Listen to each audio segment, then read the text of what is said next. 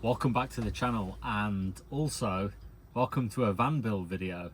Now, I know I've not been uploading as frequently as what I used to. I was putting out 2 or 3 videos a week at one point for quite a significant amount of time, but I've gone through some pretty big life changes. One, I've completely changed my career. I've gone from working in health and safety into legislation, and also I'm now in a relationship finally after 7 years. Yeah, I've just been focusing on me and moving on with my life. YouTube's taken a bit of a hit, actually. Yeah, I'm still here. I'm still wanting to upload videos, and I'm still, you know, very much the channel is still very much Travel with Gary and Amika. That's not going to change. Who knows what may happen in the future. Let's talk about what's been going on in the van. Welcome back to the channel. I know we are not posting as often as what we should. However, there's been some significant life changes, and let's just say time has been short, and we'll leave it at that for now. So I don't actually know, because there's obviously been a lot of time since I put videos out, so I might end up repeating myself a little bit here, but what I'll do is I'll give you a quick rundown of some of the changes that I've made in the van and why. First things first, we've put on some wood on the back doors. I don't know how I'm going to finish them yet, but likely they're going to be, I might go for a black on the back, or they might end up just being a dark colour of some description, because ultimately the only purpose of this area here is the bedroom. So ideally I want it a dark area, because when I want to sleep I want it to be dark. I don't want all these like sort of bright colourful things around, because yeah, I just don't want that. That is probably going to be dark, and underneath, where you can't actually see at the moment, there's obviously boards that, you know, these boards go all the way to the bottom. I'm probably going to put some sort of cover, some sort of pockets and brackets and things, just to store things on, stuff that I need to get to quickly.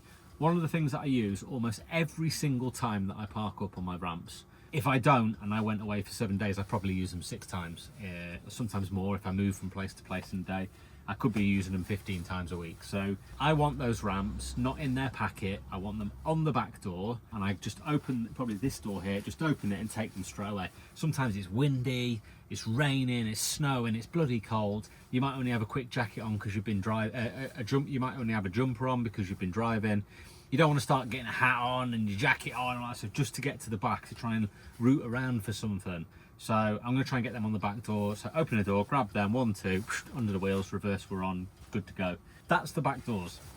You might notice that the shower's made. So the shower used to be here in this sort of area, and that's now gone to accommodate 2 extra seats. The shower is also bigger, and it's actually going to become smaller again, because I've realised I've actually got way too much space in there now. So if we can get in and have a quick look. So that's kind of what it is, but as you can see in the dead centre of the screen there is a wheel arch. So that wheel arch is going to get boxed off, and I'm actually going to shrink this down so this sort of wall here is going to come back probably about 25 centimetres, because that space is way too big. And then the toilet is going to sit where my foot is here, and this door is going to go on that side. So you're going to access there, turn around, sit down and use the toilet. When you want to have a shower, you'll just obviously go through the door that's not here at the moment, take the toilet out, and you can have a shower.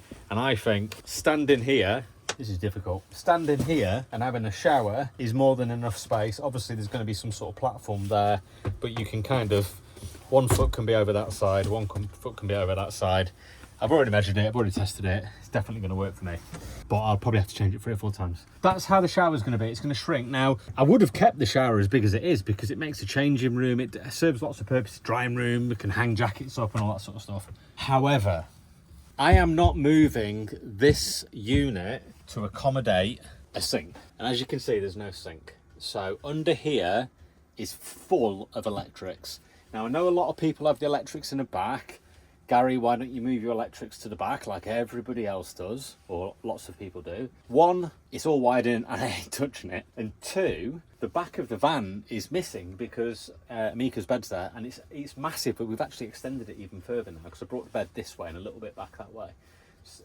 That's not true, actually. I brought the bed more this way, and I moved all these units over a bit, because I think the unit came to here before, so it's all moved over, but we still obviously got lots of door space, so that's all good. So yeah, where do we put the sink? So that's where I came to the idea of, let's just lose some of this space, because at the end of the day it's wasted space. Now, under here, excuse all this stuff, is my fridge, which does open. Obviously it doesn't open when you've got a laptop on it and some other bits. So yeah, under here is the fridge. This ain't working, is it? This actually isn't working. Right, get lost. So, take 2, take 6, is the fridge. Now, yes, I can access it. Yes, it's on the floor. Yes, it's in a good place. But still, we end up with quite a lot of wasted space. So if we move this along, this is a long version to tell you this is where I'm putting the sink, isn't it? But if we move this along, I've then got a space to put the sink. Now, the best thing about it is that's pretty much where the sink was before. If you remember, the shower probably came to about here, had a little space, and then there was a sink. So guess what that means? There's still a hole in the floor. I need to put this down, my arm is killing. Yes, we've still got a hole in the floor here. God, I can only just fit it. So basically what I'm gonna do is I'm gonna build, this is gonna move along, so I'm gonna have about this much space, and I'm gonna put the sink here somehow, I don't know exactly how, and obviously the fridge will be there at the bottom. So basically you can prep food on here, you can wash on here, all the water is contained in the same side, all the electricity is on the other side.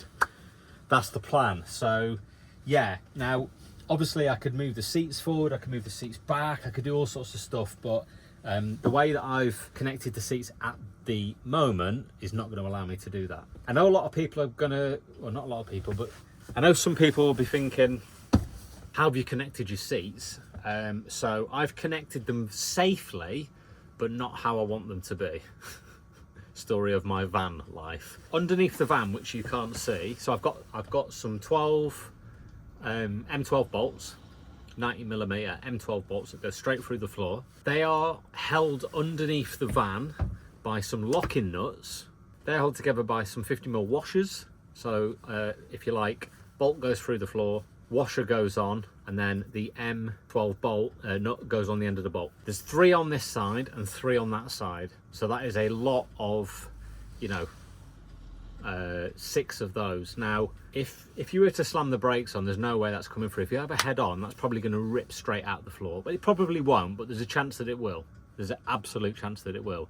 Now, given the fact there's children going on the back, not that adults make any difference, but given the fact there's children going on the back, I just wanted to be extra careful. So I ordered some 100mm by, I don't know how long it was, I think it was 50mm, 100mm by 500mm steel plate. I think it's 3mm thick. So that actually sits flush with the bottom of the van. There's holes drilled through that, 50mm washer, nut goes on, and it all gets done. Now on the top side is exactly the same. So basically you've got 2 100mm wide plates by 500mm, actually they're slightly cut down to fit between the beams, but by about 400 and something. So you've got 2 of them, one on this side, one on the far side, washers underneath, washers on the top, 2 plates on the top. This ain't going anywhere. This literally ain't going anywhere. But I do want to lift it up. In fact, I'm probably going to get rid of these seats and put some seats in that are the same as the front of the van, so they all match. Talking of matching, I've done something which I absolutely hate, but at the same time I love. Take a look at this. I've put the double seat back in. I've got a swivel seat. We've removed the 70mm insulated bulkhead, and we've now opened up and lost all our thermal barriers, unfortunately. But we've done it because we're going to have more people in the van, and to be honest, it feels like I've got double the space. With the shower being to pretty much where the camera is, and the fridge being here, if I was to measure kind of, that was all lost space, so if I was to measure kind of from here to here, it's about 1.5 meters. That's a massive amount of space. It also gives us a place to chill. Last time we had the bed and we had a cushion on top of the cushion that I just threw, sitting on top of the fridge. Well, it is a freezer as well, but fridge. So we got rid of that. Yeah, so there was literally nowhere to sit. You either sat on there or you were sat on the bed. Now we've got 5 seats. We've got the bed, and obviously there's a bed underneath where Amika is now. There is literally tons of living space. Because of the amount of money that I've spent over the last 2 weeks, obviously I haven't done everything, so I still need to get a swivel seat for here, but right now 2 people sitting on here, swivel it round, it's great, there's loads of space. So that's probably one of the next jobs, but to be honest, I don't actually need it between now and New Year. Probably before New Year I would need that, so that's next on the list of things to buy. But yeah, wow, what a difference it makes. And of course the good thing is as well, you can actually get to your storage. So anything, this is not, I've not actually screwed it in, I've just left it because of making a video, but I can still get to the storage. So what I'm thinking of doing in here is putting like shoes and things like that, and on the other side I've got like battery chargers and things.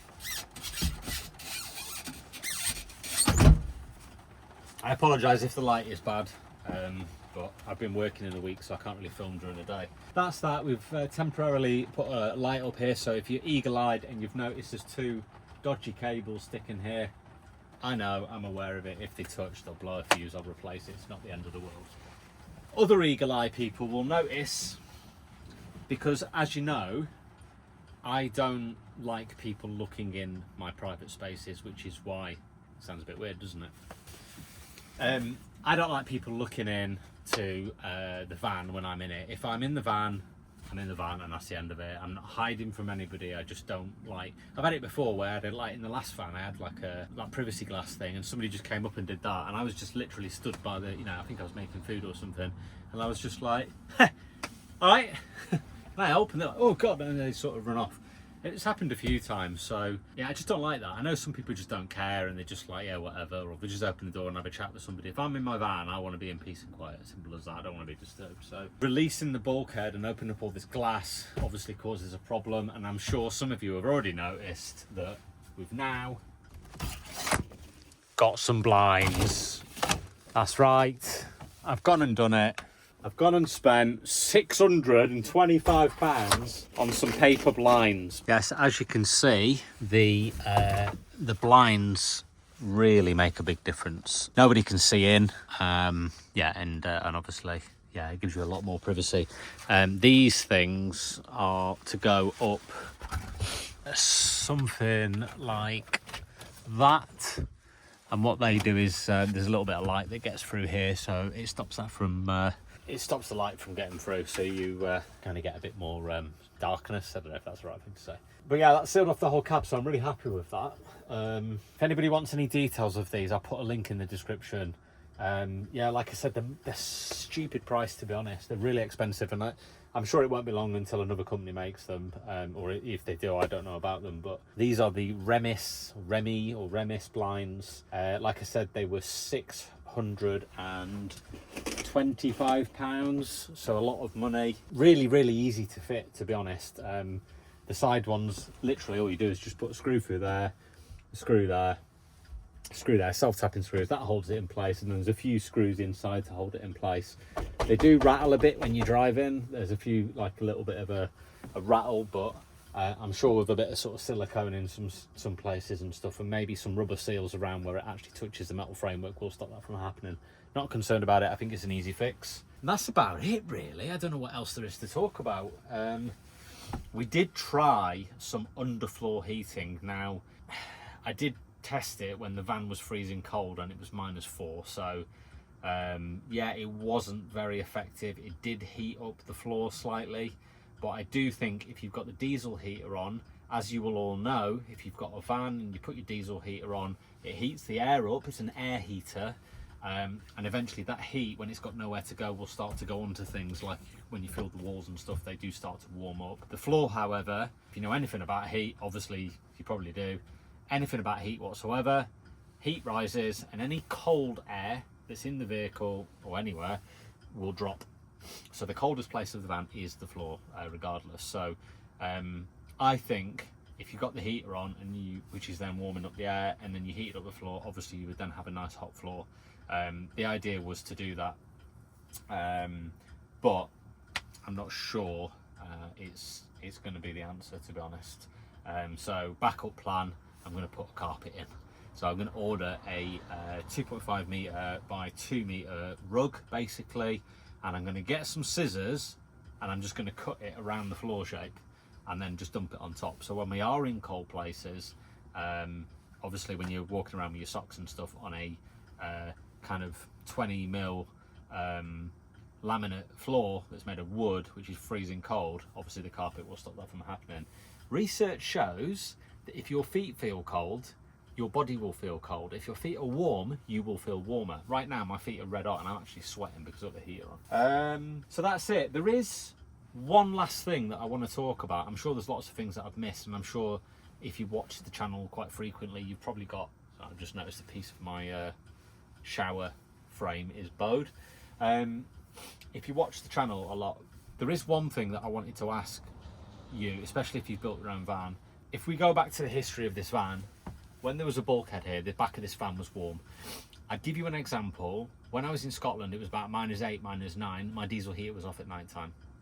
New Year's Eve, I heard everybody's diesel heater on, ticking away, ticking away. When I went out in the middle of the night to film a sandstorm, you've probably seen that video if you've been watching the channel, I could hear everybody's diesel heater and mine was off.